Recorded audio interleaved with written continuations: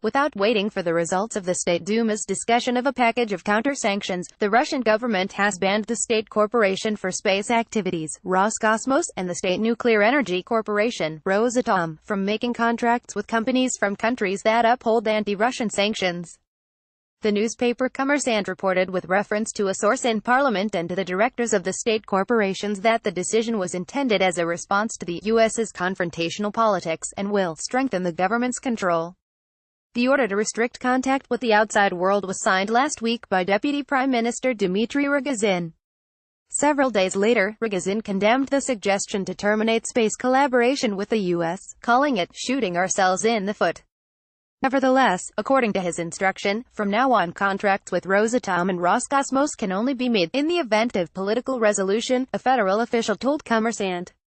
The order is targeted in nature, aiming to prevent Russian technologies from being passed on to the U.S. in the context of the Deep Space Gateway International Near-Moon Station.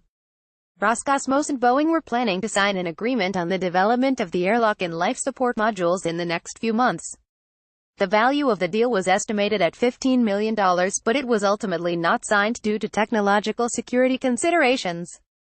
Soon the session of the Export Commission will take place, during which the ruling to prohibit the transfer of said technologies to the U.S. will be issued officially. A similar ban is being put in place for Rosatom, which supplies the U.S. with enriched uranium for nuclear power stations, Kommersant's sources claim. The U.S. imports as much as 95% of the uranium it needs, and roughly half may come from Russia and Kazakhstan. Contracts already in effect will continue, but new contracts will only be possible with special authorization.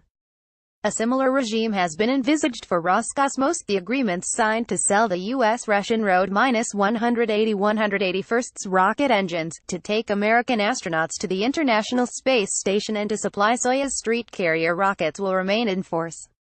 However, the contracts may be broken off by a package of counter-sanctions that was proposed last week by the State Duma. The bill was put forward by spokesman Vyacheslav Volodin and the leaders of all four parties, demanding that all collaboration in the space and aviation sectors come to an end. However, its hearing has been postponed until May 15. Amendments will be made to the bill over the next 2 weeks, Federation Council spokeswoman Valentina Matvienko announced. Roskosmos, Rosatom, USA, sanctions on Russia comments.